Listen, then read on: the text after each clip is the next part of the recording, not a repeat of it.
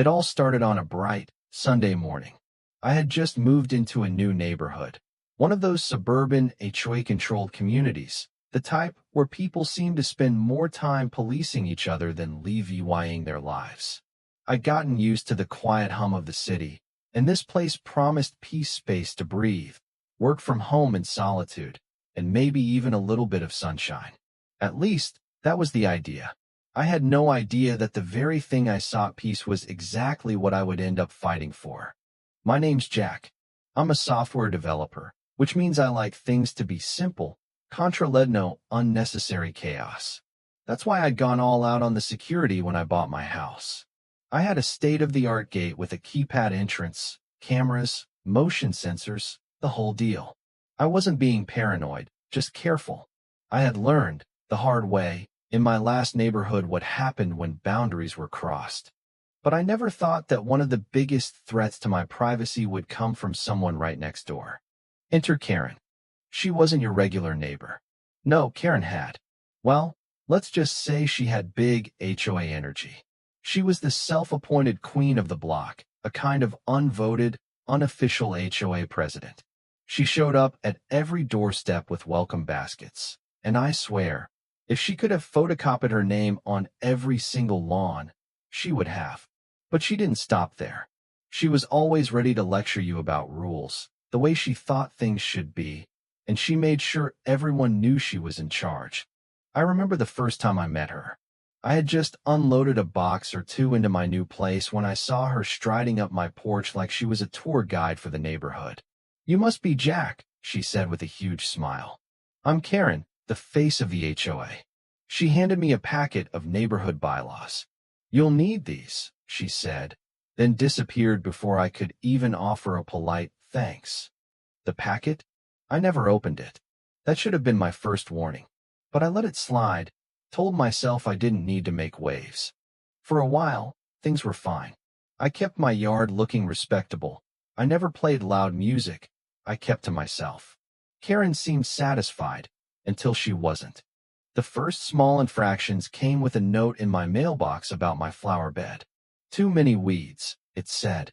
A second came when I left my trash can lid improperly closed. For future reference, the note began, "Proper lid orientation is required." I started to feel like I was back in high school, being told what to do and when to do it. And still, I let it go. That was my second mistake. The third? That was when I started noticing random people showing up on my property. A woman in yoga pants just waltzed into my backyard one morning, thinking it was a shortcut to the tennis courts.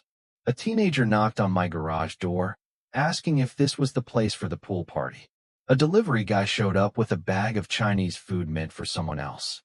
When I asked each of them how they got in, the answer was the same. Karen. I had had enough. I marched over to Karen's house one day and knocked on her door. When she answered, I didn't waste time with pleasantries. "Karen, did you give out my gate code?" I asked. She blinked at me like she'd forgotten who I was. "Oh, that thing. People asked, so I gave it to them. We're all neighbors, right?" I couldn't believe it. She had no concept of boundaries. "Karen, that code is private," I said, trying to keep my calm. She waved her hand dismissively. "It's not like it's your bank password." I was stunned, not just at her audacity, but at how completely unbothered she was by the whole situation. I told her not to do it again, but she just shrugged. "Sure," she said, like she was doing me a favor. I wasn't sure if I was more angry or dumbfounded. I decided then and there that enough was enough. I went home, changed the gate code, added a backup mobile app for security, and reprogrammed the system. I figured that would be the end of it. Boy, was I wrong. The next morning, I got a notification on my phone. Someone had just used my gate. And when I checked the security footage, there she was. Karen. She'd done it again. This time, I was fed up. If Karen wanted to make this personal, then so be it. I started thinking. I knew I couldn't go toe-to-toe with her directly. She thrived on confrontation, on drama, on being the center of attention. But what if I could embarrass her? What if I could make her the laughingstock of the neighborhood without even lifting a finger? Revenge, I realized, was about playing the long game. And Karen was no match for my creative VY tie. I dug through the neighborhood roster she had emailed out to everyone when I first moved in. Among the lists of emergency contacts and HOA officers was her number. I saved it. Then, I went into my gate system and changed the access code to match her personal phone number. Simple. Brilliant. I printed a sign that read, "Gate code has been updated per neighborhood courtesy. For access, please contact Karen, HOA liaison." It didn't take long for the chaos to begin. Within an hour, I had delivery drivers calling Karen, neighbors texting her in confusion, and people Leah VYing frustrated voicemails. The best part? It wasn't even my fault. She had brought it on herself. I sipped my coffee and watched it all unfold from my front porch like it was a sitcom. Karen didn't like this one bit. I knew I had her, but I also knew she wouldn't just back down. No, she would come back with something else. The games were just beginning. The next morning, she knocked on my door. Her fake smile was in place, her phone clutched tightly in her hand like it was a weapon. She stood there, offering me cupcakes, badly frosted with store-bought frosting, and launched into a long-winded speech about how misunderstood she was. She finally got to the point. "So, you're really not going to change it back?"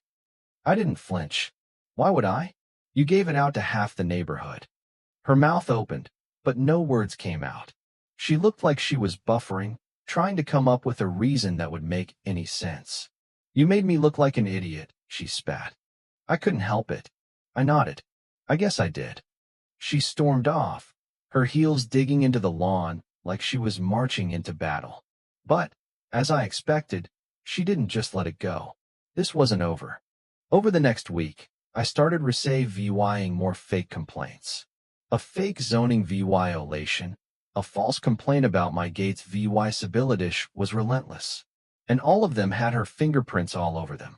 It wasn't long before I saw her trying to tamper with the keypad again.